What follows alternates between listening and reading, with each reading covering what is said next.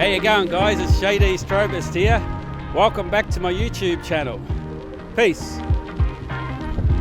In this video, I get to meet another street photographer that's Melbourne based with the name of Ed. Meet Ed. G'day, Ed. G'day, John. How are you? Very good, thank you. And I thank you for making time for me today to come into the city and allow me to interview you. I usually start this off with how I discovered the photographer. Yep.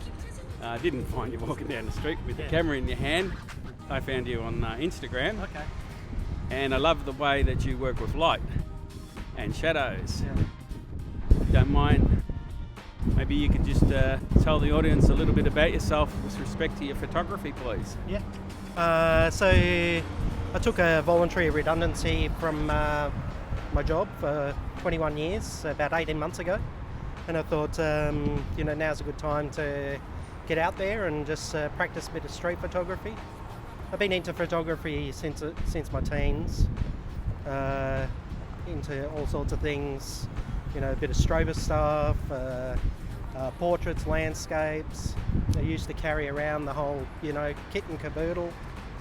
And I got tired of that, so my enthusiasm in photography has gone up and down over the years. And so leaving work, I thought it was a great opportunity to get back into it. That's great. So you're basically what we call a minimalist.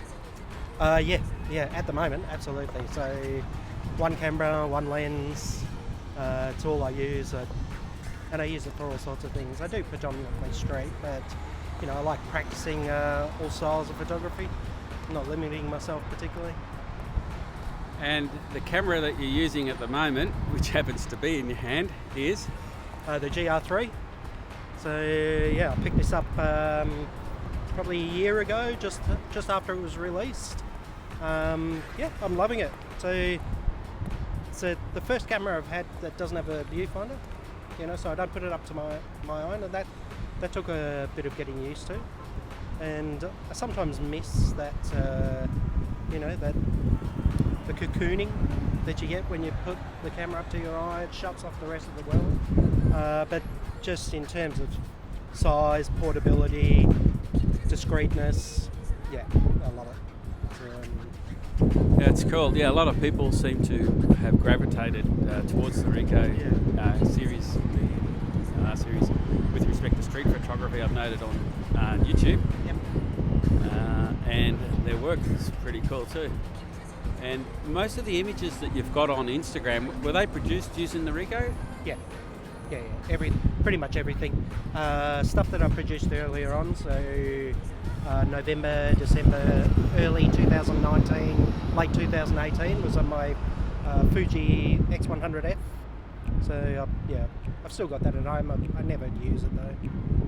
Probably time I got rid of it. Yeah, so there you go, guys. So Ed's a Ricoh photographer, and on his Instagram feed, he works the shadows and the light really well, and he curates his work that makes it stand out for me. So if you get an opportunity, go over and have a look at Ed's work. Ed's Instagram account, his handle is 60. So my Instagram handle is at 60_mils, so MLS, SIXTY_MLS. Cool, yeah, I've seen the MLS and I abbreviated it for miles. But that's cool because it all rhymes. And if you don't mind sharing a few of your settings with the audience, it might help people that are into street photography, want to try a different technique, and people that are maybe coming across from landscape photography or some other genre that want to try out street photography. So on the Ricoh, I predominantly, so I've set up a couple of user settings. So I've used, there's U1, U2 and U3. U1 I use in, bright sunny conditions, and it's typically f8, f10, ISO 800 at a thousandth of a second. But then I just play around with that. So it's all manual. I tend to use manual. and I use the snap focus on the GR. So I pretty much set it to 1.5, 2 meters, depending on my aperture setting. So that's predominantly what I start off with, and then I tweak it depending on the conditions. As I move into a shadow, or if it's a bit more overcast, I use one of my other user settings, and I typically drop the speed down to 1/500th, lift the ISO up to 1600, 3200.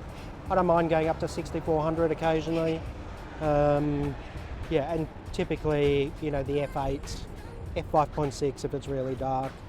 So that's typically what I use. You know, I might deviate from that occasionally at night, for example. Then I'd probably go on to, you know, full auto, f2.8. Yeah, they're typically my settings. But, you know, I play around with things. I try not to stay too much in one particular style. Maybe I just get bored with it and move on and try something else. Yeah, that's really good. Snap focus is something that I've been hearing a lot about on YouTube, and looking at the work, a lot of their photos are in focus, where a lot of mine are not in focus. Could you go into that a little bit deeper? Because I don't know what snap focus is. Snap focus is pretty much Ricoh's implementation of a zone focus. So you'd pre-focus to whatever. They've got 1 meter, 1.5, 2, 2.5, 5, and then infinity. So you just set it up to that, and it's already focused to that point. So of course, with the zone focus system, you know that with an f8 you might get a focus range of, you know, between 1 point something meters down to 3, 4, 5, whatever meters. So you know that all of that's going to be in relative focus. So it's good for street, and you want to be quick. So then you just, you know what your focus is going to be, you know your subjects, and you just click. You don't have to worry about the autofocus coming in, trying to lock in, and yeah. So I just find it a lot easier for me. It's quicker, it's more discreet. Seems to work, you know, pretty well. Not everything I do is in focus, and that's okay.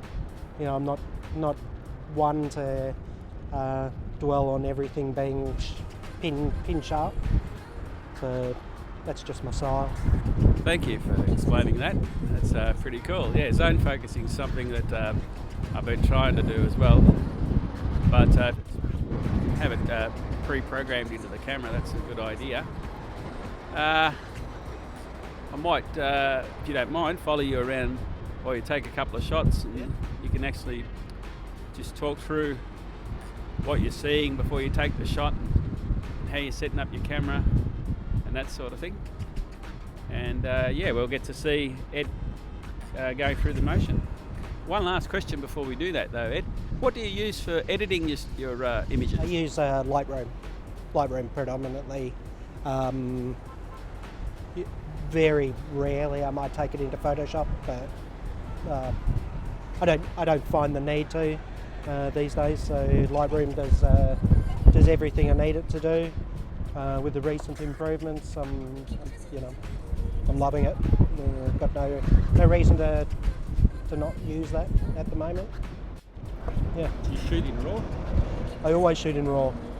Yeah.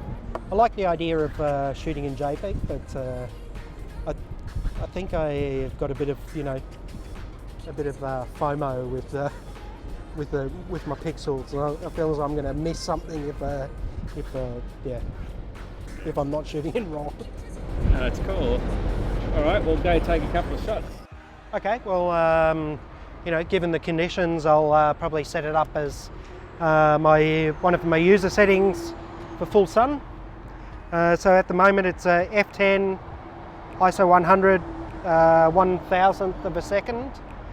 As you can see on the viewfinder, I put it to a high contrast black and white, even though I shoot in RAW, so it's not coming out as that. I just find it easy to see the shadows and the light, and look for shapes that are created with the shadow and light and objects, so I just find it easier to use. I don't miss seeing colour because the colour's in front of me.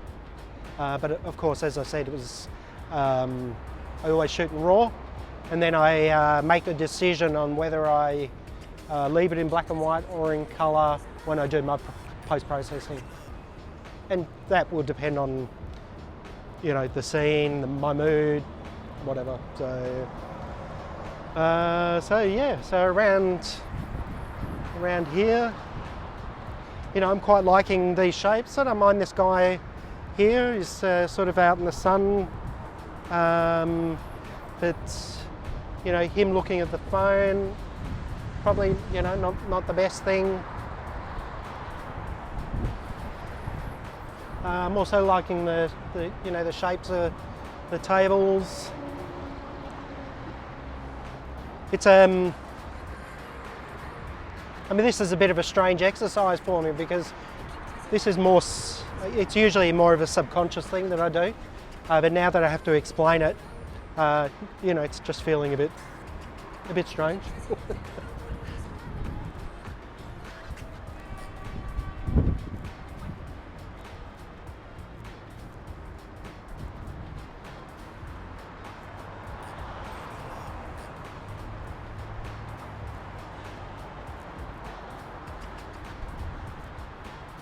Also, as I go along, I'll occasionally have a look, see if there's any highlights that are blown out.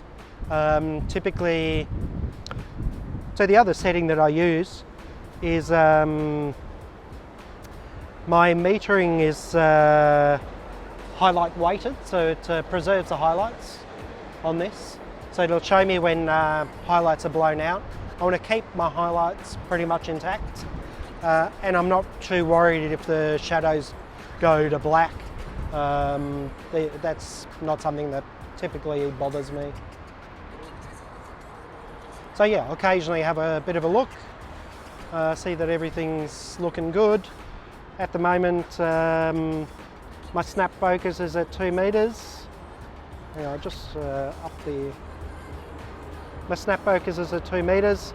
So here it'll show the range. You know, from around 1 meter up to close to infinity will be in focus. So I know now that, you know, anything that I shoot at is going to be, yeah. Of course, here there's no people. So, you know, there's somebody coming up. I might, I quite like this, the starkness of this bench. Yes. And the, so, you know, I might have a bit of a play around with that. I quite like in there. That's looking a bit busy. She's probably a bit far now, so yeah. So that's typically my process. Is in the past I'm a bit guilty of overthinking things, and with my photography I'm trying to, you know, maybe not overthink it, be a bit more reactive. How many hours do you stay out, Ed, when you get out and shoot? So before COVID, so I'd go out most days. I'd be out 4, 5 plus hours sometimes, yeah, depending on the day. You know, some days are better than others. It's all about how you feel about things and the light, and, you know, how you're reacting to what's around you, whether you're concentrating on, you know, what you're going to have for dinner or other things in your life. So that all plays a big part of it. One question I didn't ask you before was, how many shots do you think you end up with by the end of the day, so after 5 hours? 300-400 shots. Pretty much, yep. I shoot on burst, but I'm not one to, you know, overburst it. I just find burst will get me, I might burst it for a couple of seconds or so, and it just gives me something to play with, you know, pose, a bit of gesture that, you know, I might not pick up immediately. bit starker people. I just find, you know, it's a good way to get exercise. I've got my Fitbit on. Yeah. I'd be doing, you know, 18, 20,000 steps a day. So it's, you know, it's a good way of getting exercise. Yeah. There's a few more people around here. So I quite like, so a lot of what I look for is that cusp between shadow and light. Right, I can see that. Yeah. So, you know, here it's quite defined because sun's out, blue sky, and I quite like that. Okay. And then, you know, as people go through, sometimes I'll get a bit of Light on light on them while they're still in the shadow part, and you know, it just highlights them. So I quite like that. You know, here I probably would want to get a bit closer if I'm going to do that. But then that highlight on the coffee machine's bothering me a bit. Okay, yeah. It's just a bit too bright.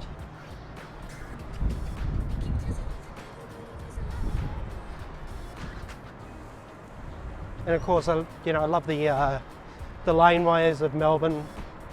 Yeah. So here in Docklands, it's a bit too open for me. Yeah. But I do a lot of photography around Centre Place. Do you? Because at certain times of the day, there's just beautiful light coming in there, and it's predominantly dark, but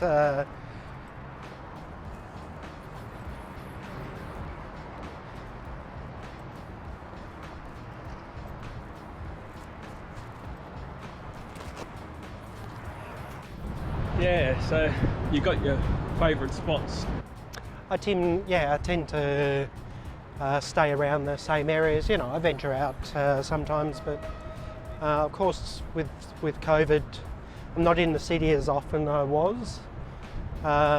So yeah, I tend to just stay in one particular spot because I know what the light's going to be like. I know sort of what to expect.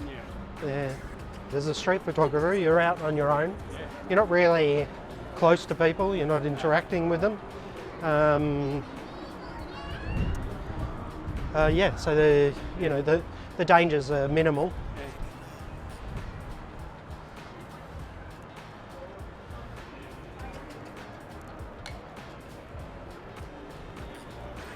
Oh yeah.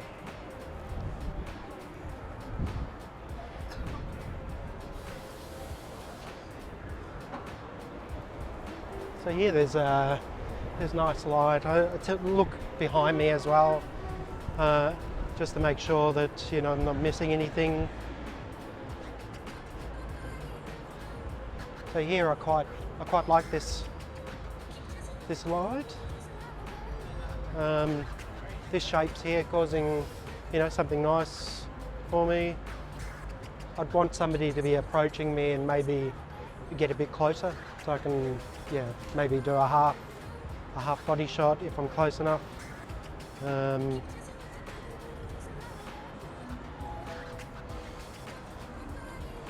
something about that guy's, you know, it's just.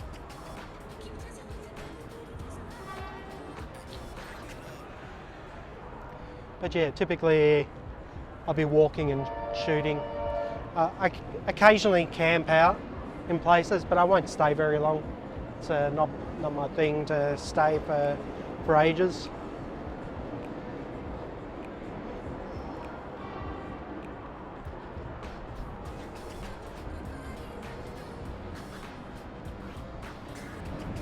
You get a good shot? I don't know. I typically don't look at my shots during the day. I wait until I get home. And then more often than not, I would download it, put it into Lightroom, and think they're all a bit rubbish, and it's a wasted day. Then I go back to it the next day, and oh no, there's some in there that I quite like.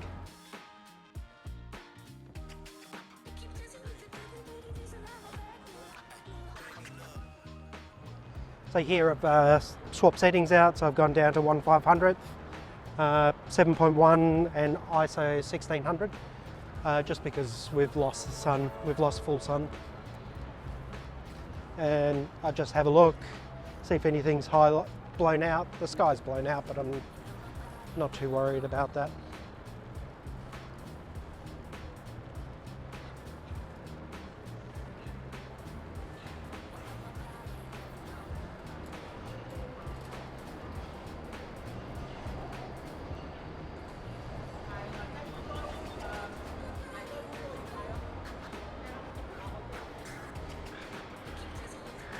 There's a nice bit of light there in the escalator.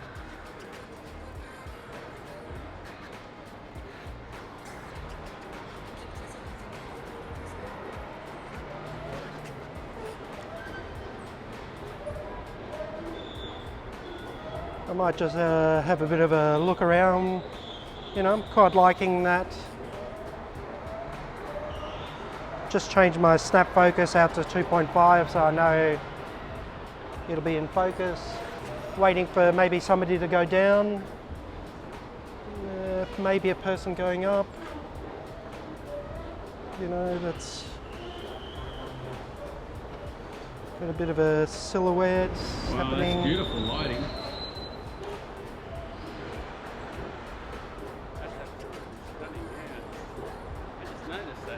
Yeah, and I find with the high contrast black and white, you get a real feel of how the lights are acting out in the scene, and then you lose a certain amount of that when you see it in colour in raw. So you've got to reimagine it and tweak it, and so people going down there, that's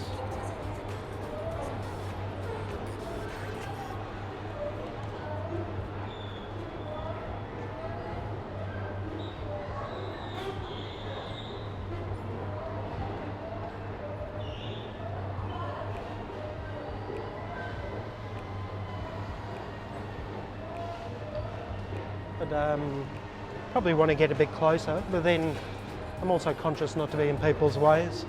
But you know, that sort of light there, yeah.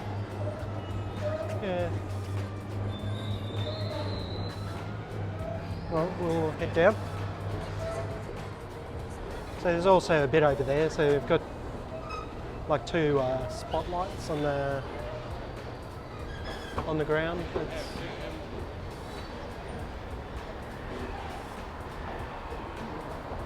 You get some great reflection off buildings in the city.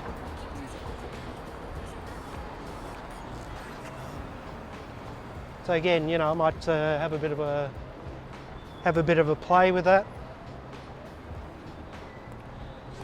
A bit of a look around, see if anything's really interests me. This guy looks alright, so I might.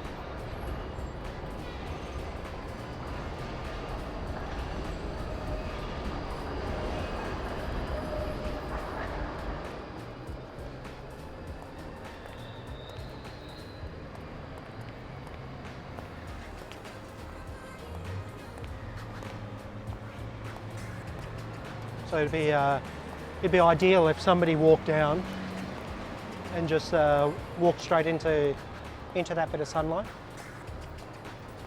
And the thing I find is that if you've got your camera out, they're not going to walk in there. So I typically, you know, just be a bit more discreet about it. Wait until they come in, and then, you know, potentially.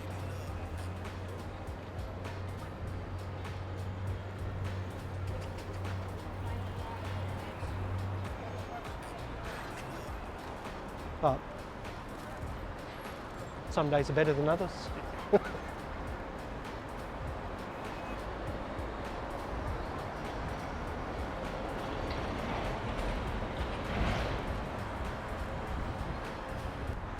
You know, and so here I see immediately it's all blown out. Move down to my other setting, it's probably a bit better. Drop the aperture down a bit. So that's, you know, that's not too bad. Everything's pretty much in focus. Now it's just waiting, see if there's somebody to walk through. And that's a lot of it, isn't it? You're fishing. You're fishing, yeah. I mean, you just, yeah, it's all about spontaneity and candidness, I suppose, is the name of the game. You're out there, you're just waiting for something to happen, to be able to see it. So this guy with he had a nice plume from his vape. That was pretty good. Oh, that would have been good, yeah. Did you get that? No, I was a bit slow. You know, I like playing off advertising as well, if I can. It's too dark, I can't, it won't come out, but you know.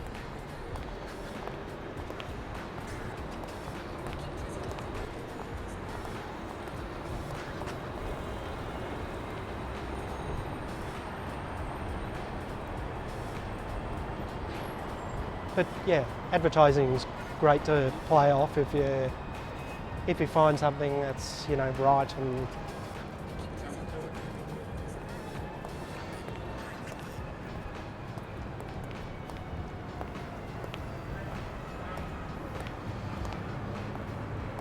it's probably too dark.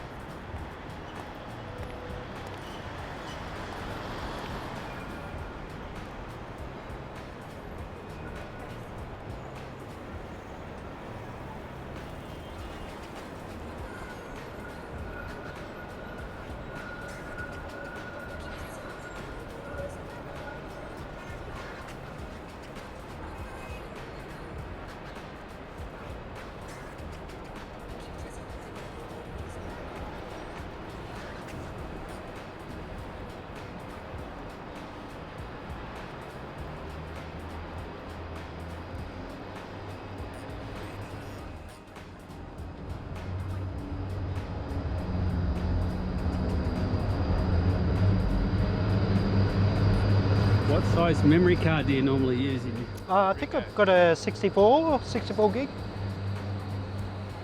I've never filled it. No, so.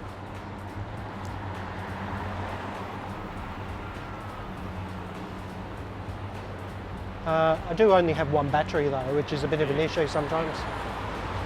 The good thing is you can charge them up on a power pack. So I've got a power pack in the bag, and occasionally when I, you know, stop for lunch or whatever, I charge it up. But ideally, I would like probably another couple. Yeah.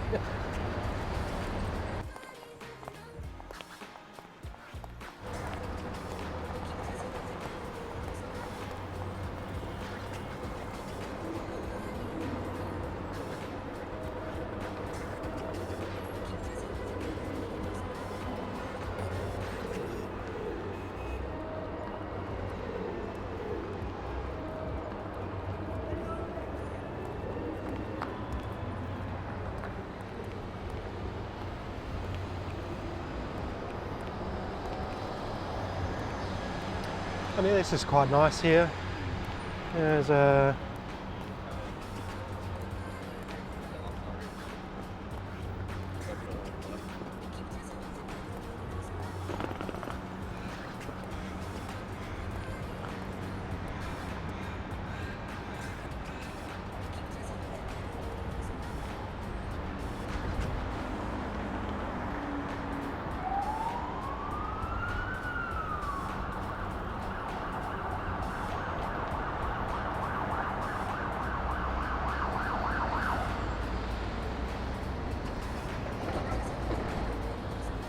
light going through his hair was great. Yeah, it was.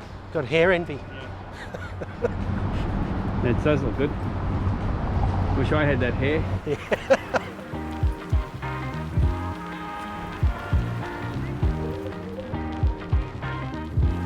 Well guys, that was fantastic. Thanks very much, Ed. Really enjoyed that. No worries. It was nice meeting you. Good to have a walk around. Yeah, hopefully we can do this again sometime. Be good. So don't forget, guys, you get the opportunity, have a look at all of Ed's work on Instagram. It's absolutely amazing the way he works the shadows and the light. I learned a lot today about snap focusing, and it was really good of Ed to show us through. All right, we'll catch you in the next video. Peace.